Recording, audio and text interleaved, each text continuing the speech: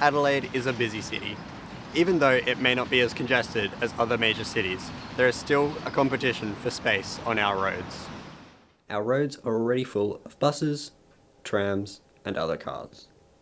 One of the most difficult parts of driving into the city is the parking. But more and more of these already rare parking spaces are being taken up with sites like these.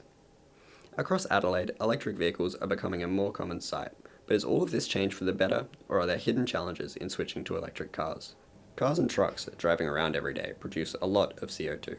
An average car will produce 24 tonnes of CO2 in its lifetime, and when you have a lot of cars driving on the roads, this can add up very quickly. On average, an EV will produce 2.8 times less CO2 than a petrol-powered car over its lifetime. I just don't understand all the hype. Electric cars generate so much waste. The batteries can't be properly recycled. You can't find their chargers. The list just goes on and on. Electric vehicle charging stations like these are a common sight around the city. But once you start to leave the busy areas of capital cities, these vital chargers become a rare sight. This could leave drivers stuck in the country without a way to charge their car. The Australian government have committed $250 million to upgrading the current EV charging grid to enable drivers to travel between any major city in the country without having to worry about running out of charge. Even though chargers aren't widespread yet, charging an electric vehicle is a lot cheaper than filling up a petrol-powered car, which has pushed some drivers to make the switch. Yeah, the range restriction isn't actually such a big deal as what you would think. I've recently driven a Tesla, not one of those, but a Model 3 to Melbourne and back, and it wasn't that big a deal. Sure, if you're going north of like Adelaide, so if you go past Port Augusta, then you probably can't really do it at the moment. But if you are going from, say, sticking around the main coastal network, it's not such a big deal at all. And most of the time too, because you'll have the car plugged in at night time, you'll start off every day with like a full tank of fuel. And so no, it's not a huge issue at all.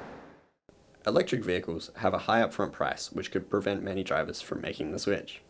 Yes and no, not necessarily, because if you actually think about the cost of an EV over the course of, say, like an 8-year period, which is the general period of the battery life, the cost of, depending on how many kilometres you do and how you charge your car, it actually works out to be incredibly cheap to run. So on a Tesla Model 3, for instance, if a guy charges it at home, he has no servicing costs or very minimal servicing costs because brakes don't wear out. You've only really got your tyre costs. There's no engine maintenance. There's no other real maintenance on the vehicle. And if you're charging it at home, you're charging it off your own solar, then you've really effectively got virtually nil in terms of petrol costs. So it's sort of a double-edged sword. Yes, you pay more up front, but over the course of, like, say, an 8-year period of time, well, then the cost difference is actually the same. In fact, most of the time, if you do your sums, depending on how many Ks you do, you'll find out the electric car is actually cheaper to run. The South Australian Treasury is helping drivers make the change to electric vehicles, offering a $3,000 subsidy to anybody purchasing a new electric vehicle.